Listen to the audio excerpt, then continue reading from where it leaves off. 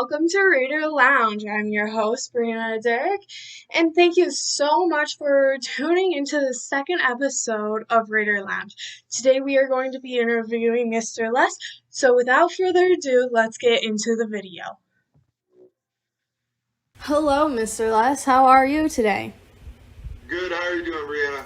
I'm very well.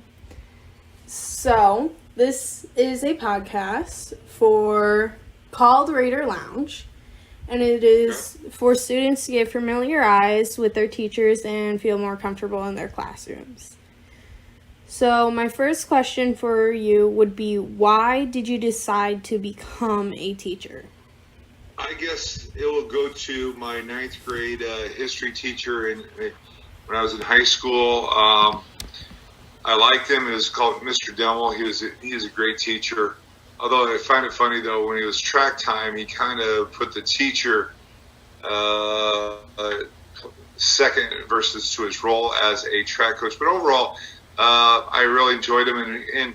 And what he always did was on the chalkboards we had, he'd always sketch out or draw some of the important topics that we'll be discussing. And I always thought that was cool.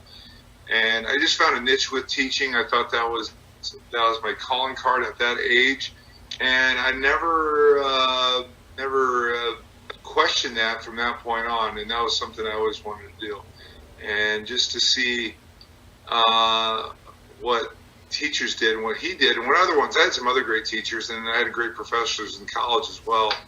I just felt that was something that I always wanted to do, and fortunately for me, I've been doing it for 22 years now. Yeah, nice. 22 years, that's a really long time. Yeah, it is. It goes by quick, though. I'm telling you, when you get in your career and you get busy and you're doing things with your career over time, you tend to forget how long you've been doing it. So for me, it just seems like it's flew by here. And when you start to get kids that you had their kids in school, that tells you you've been there for a while. So get to that point there where I'm having kids that have had their fathers or mothers in high school, or they were in school while I started teaching. It's pretty amazing. Yeah, it really is. I guess that's something to look forward to in the future with our jobs. Exactly. Yeah. So, what college did you go to? I went to Alvernia College, which is now Alvernia University. It's located in Reading. It's a small school, a private school. I wanted to go somewhere different out of Iowa. Nothing against Iowa. I loved it. I wanted a new challenge, or I wanted something different. I always thought going out to Pennsylvania would be go to school out here would be pretty cool, because my brother went to school in New York City, and we would drive through Pennsylvania to get there.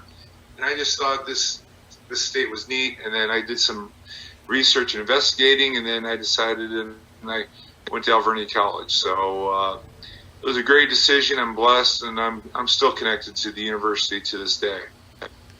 Nice.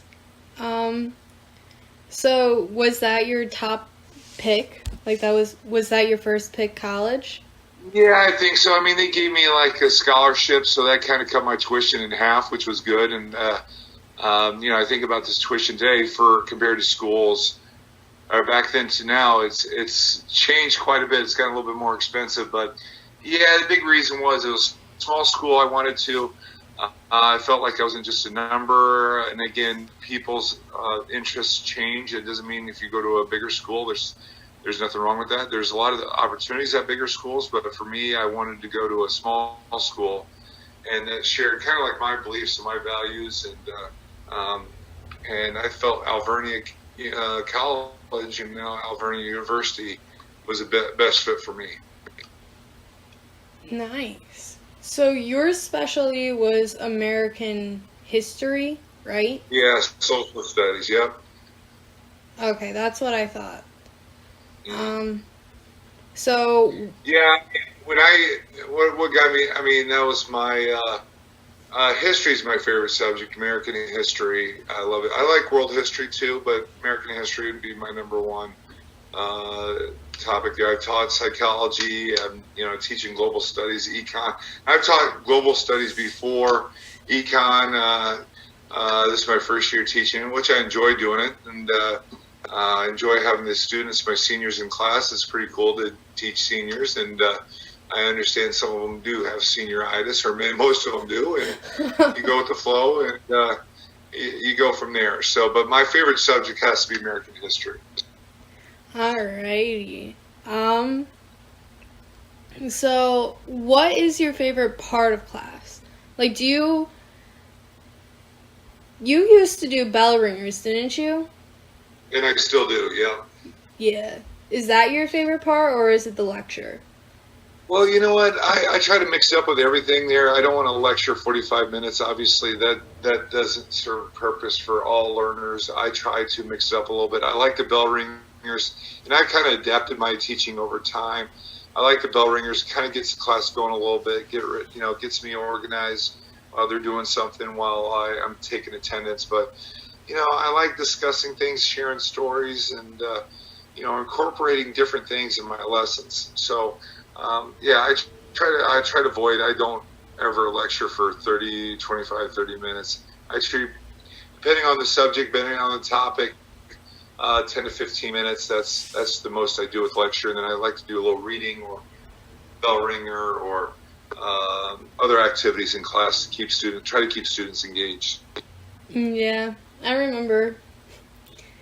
Your lectures didn't last that long, but then we would play games to review and study, and I always thought that ball game was the funnest. Yeah, I like doing that. I borrowed that from my wife. As a teacher, I try to evolve and do some things differently. In fact, the other day with my freshmen, I did a Kahoot. I thought that was pretty cool, just a review game that way, but we've had some review games over the years. I like doing that Jeopardy review. So you try to mix it up a little bit, do the best you can. And, and if there's things that you notice that you can do better in the classroom, you will. So you always try to improve. So nice. Well, thank you, Mr. Les, for talking to me and answering a few of my questions. It means a lot to me. And, yeah. Yeah, I appreciate it. And again, I'm glad you're doing this. I think it's really a good thing for our students. And, this is going to be a weird year. And hopefully by next year we get back to normal at some point, 2021. But, we're dealing with this pandemic, and we just got to make changes. And I think what you're doing here is absolutely beneficial to our students. So. Yeah, thank you very much. And hopefully 2020 is way better. Yeah, hopefully as well. In 2020, we've had just seems like one bad thing after another, or some crisis or tragedy. It's just been, I don't think I've ever lived through a year like this, let's put it that way. So hopefully we don't have to live through it again. So. Alrighty. Thank you all again so much for watching. I hope you liked it. See you next time on Raider Lounge.